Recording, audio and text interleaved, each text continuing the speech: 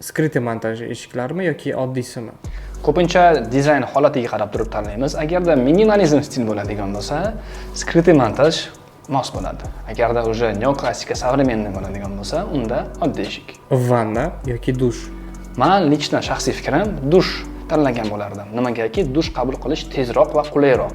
Vannaga chiqish va tushish ozgina malol keltiradi. Qora смеситель yoki стальной? Meni shaxsiy fikrim bu albatta qora смеситель tanlagan bo'lar edim. Ha, to'g'ri, xalqda shunaqa tushuncha borki, qora смеситель ko'proq zanglab ketib qolishi mumkin deydigan. Buni oddiygina yechimi bor.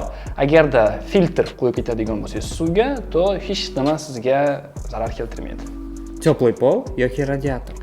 Xalqda shunaqa tushuncha borki, teplый pol qo'ysa radiator kerak emas yoki radiator qo'ysa teplый pol kerak emas deydigan fikr bor.